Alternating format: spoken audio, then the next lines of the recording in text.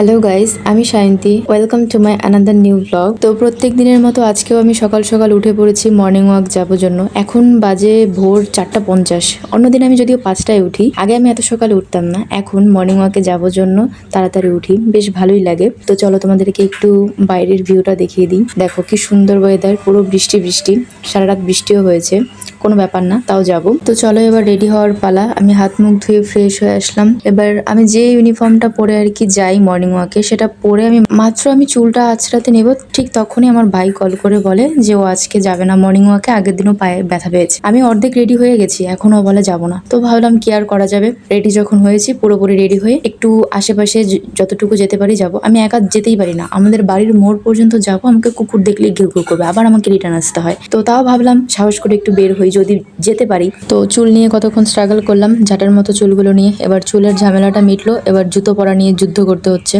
ল্যাংড়াতে এক পায়ে দাঁড়াতে পারছি না ঠিক করে। তো আমার জুতো পরাও ডান, আমি পুরোপুরি রেডি হয়ে গেছি। এবার আবার একটু ক্যামেরার সামনে ঢং করতে চলে আসলাম, একটু পোজ দিয়ে নিলাম। ক্যামেরাতে চেক করছি, দেখছি কতটা পাতলা হয়েছে আমি 2 দিন মর্নিং ওয়াকে গিয়ে। সকালবেলা করে মর্নিং ওয়াকে যাব, আর সন্ধ্যা হলে মোমো চাউমিন খাবো, এটাই আমার ডেইলি রুটিন। ক্যামেরার সামনে ঢং করতে করতে আরেকটা জিনিস চোখে পড়লো, চলো এটাই তোমাদেরকে দেখাই। এই যে ইনি, যার সব থেকে বেশি খিদা পায়, কি সুন্দর মনের সুখে খাচ্ছে। চলো ওকে টাটা করে এবার বের হই। বাইরে বেরিয়ে দেখি খুব সুন্দর ওয়েদার, ঝিরিঝিরি বৃষ্টিও পড়ছিল। ভয়েস ওভারটা দিতে এত সমস্যা হচ্ছে, আমার সর্দির জন্য প্রচন্ড গলা ব্যথা, আমাকে বারবার করে কেটে কেটে তারপরে আবার রিপিট করতে হচ্ছে। এক তো এমনি আমার গলার আওয়াজ ঠাসা, ফাটা বাঁশের মতো, তার মধ্যে এখন সর্দির জন্য গলা ব্যথা, আওয়াজ একবার বেরোচ্ছে তো আরেকবার এতই আসতে হচ্ছে যে কথা বোঝাই যাচ্ছে না। তো যাই হোক, একটা ভালো জিনিস হলো আমি বাইরে বেরিয়ে মর্নিং ওয়াকে যাওয়ার সঙ্গী পেয়ে গেলাম। পাশের বাড়ির মামি দেখি হাঁটতে যাবে, তো ওনার সাথে পরে চলে গেলাম। তো একটু এগিয়েছি, এই যে আমার জন্য ওয়েট করে আছে, দাঁড়াও তোমাদেরকে দেখাই। এই যে মানে ওরা আমার জন্যই ওয়েট করে থাকে, হয়তো আমি বের হব কখন, আমি বের হলেই ঘেউ ঘেউ করবে ওর জন্য। মামি বলল বেশি দূর পর্যন্ত যাবে না, তো আমি বললাম ঠিক আছে, যতটুকু যাবে ততটুকুই চলো। দাই মামার থেকে কানা মামা তো ভালো, যেটুকু যাওয়া যায় সেটুকুই গিয়ে চলে আসবো। তারপর হাঁটা শুরু করলাম, মামি যতটুকু যাবে যাব।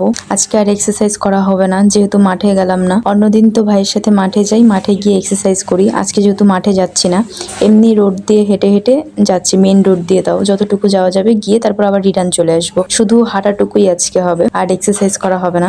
এমনিতে তো বাইপাসে প্রচুর গাড়ি থাকে, এখন যেহেতু ভোরবেলা তাই রাস্তা পুরো ফাঁকা। আর আমি সারা রাস্তা খুঁজতে খুঁজতে আসলাম ফুল নিব বলে, তো কোথাও ফুল পেলাম না। তারপরে এই জংলি গাছগুলো থেকেই কয়েকটা ফুল ছিললাম, মামিও তুলে দিল। ওই ফুলগুলোকে নিয়ে একটুখানি ঢং করতে করতে আসলাম। তার কি আর করা যাবে, যারা ফুল তুলতে বেরোয় তারা হয়তো রাতে ঘুমায় না, কখন ফুল তুলতে যাবে সেটা ভেবে। অন্য ফুলগুলোর থেকে এই জংলি ফুলগুলোই বেশি সুন্দর লাগছে। তারপরে এই ছাগল মানে এই গরুটার সামনে ফুলটাকে নিলাম একটা ফটো তুলবার জন্য, কিন্তু ও ওটাকেও খাওয়ার জন্য অস্থির হয়ে গেছে। তারপর ভাবলাম এই ছোট বাছুরটাকে ফুল দিয়ে ফটো তুলবো, কিন্তু ও ভয় পেয়ে আর রাখতেই দিল না ফুল। তো হয়ে গেছে, এবার আমি ঘরে চলে আসলাম। আর কি করা যাবে, আমার আজকের মর্নিং ওয়াক এই পর্যন্তই। চলো সবাই লাইক কমেন্ট করে দাও, টাটা।